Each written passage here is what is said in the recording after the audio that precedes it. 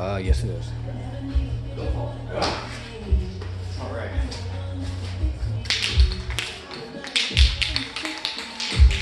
All right, Michelle. I dropped the ball a little bit to get that exterior coating on for you. So I'm going to show you how I do it. First thing, we get everything together before you hit the cord. What I like to do, you gotta blow it down.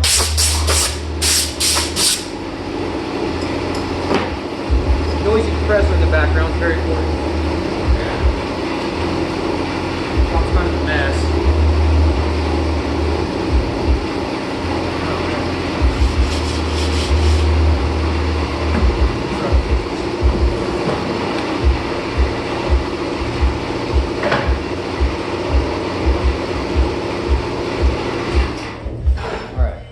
Alright, Michelle, I dropped the ball a little bit. I did not get the exterior coating on. I remember us talking about it now. My mom asked me about it. So I'm going to make a video trying to just show you how to do it. It's pretty simple stuff, but if you've never done it before, you know, it can be a little daunting. Biggest thing, got to make sure you have a clean surface, scuff it up a little bit. I use little 3M sanding pads, like little sponges on the back. They work very, very well. You don't need much pressure at all. It can ready to go.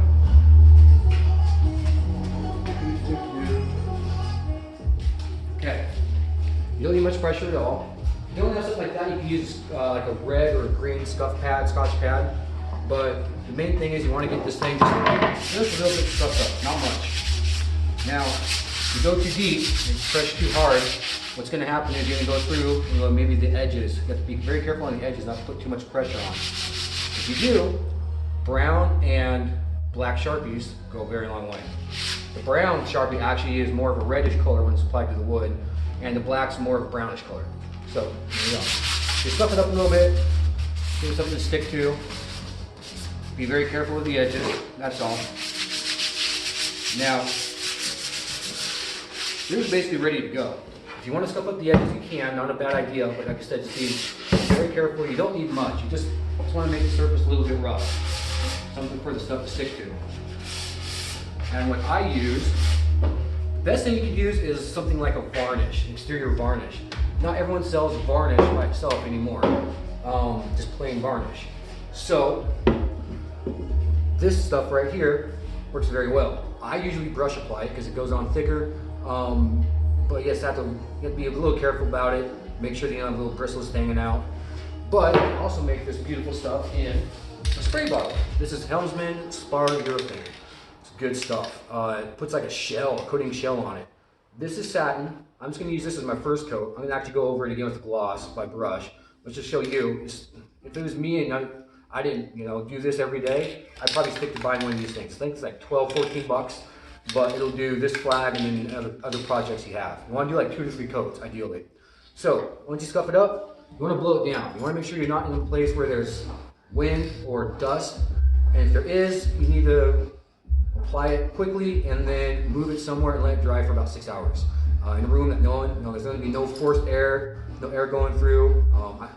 A garage works pretty good if you have a small corner, a finished garage, you know, no one's going to come in and out, or maybe a back room with the vents closed. But get the stuff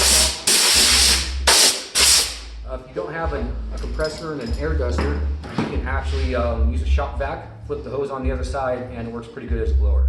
So once you get that off, shake. And I like to have my flags off the ground. So how I do it is I use a normal 5-gallon bucket, and if you want a little bit more stability, you can put a board on top of it. That gives you a nice little bit of stability. Now when you spray it though, it's going to be difficult to spray right down on top of it, unless you have a ladder or you're really tall. I don't know. You might have both. But you know, once over real quick, and then I recommend just kind of laying it down, just like propping it against something, and then spraying. I don't know this. I don't do many videos, so how this is going to work, I don't know. I think you can see that. What you want to do is keep the hand about 12 inches or so away, and you want to start moving your hand before you actually push the nozzle. You want to keep it continuous, nice, even. You don't want to bend your wrist. You're spraying. You want to keep everything just straight. You also get kind of trail offs, you get light marks. So you want to do about a 50% overlap. So that's one. You come down about half of the spray pattern and do it. And you're going to take your time doing this. because you want it nice and thick. You're gonna, like I said, do about 2 coats.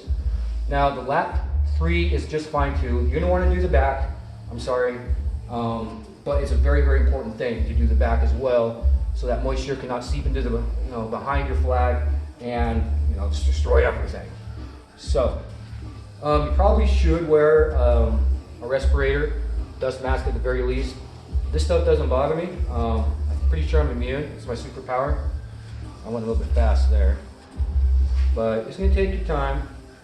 Now, when the spray will probably dry.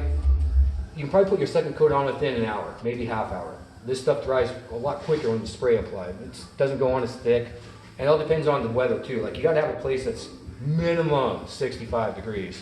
It's a little chilly right down here in Idaho, but it ain't so bad. Now, the first coat, you can go a little bit faster than you would the second coat. Second coat, you want to just lay that stuff on thick.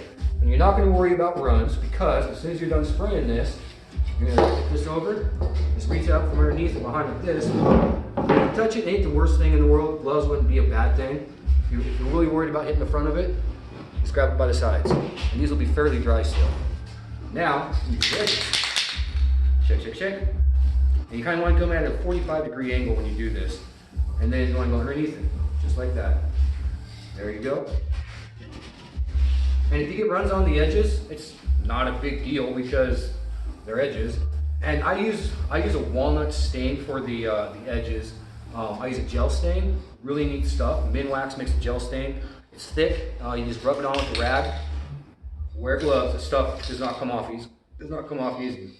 But you just do 2 or 3 passes on the edges at a 45-degree angle.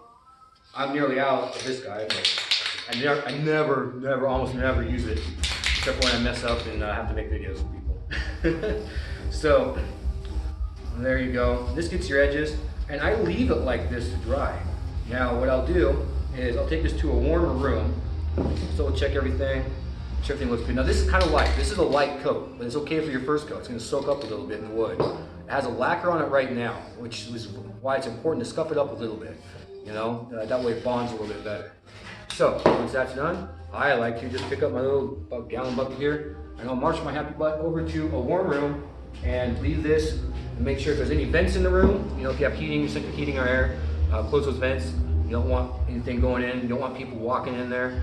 You can stick masking tape, maybe a sign that says something like, this is a clue, something like, don't go in here. That's usually a pretty good clue for people to figure out what to do, what not to do. And that's about it. So again, I'm sorry for, I didn't get that, didn't catch that. Nearly all my messages got deleted in my messenger. That's my fault. So I apologize, but I hope you really like your flag. It turned out pretty good. All right, bye.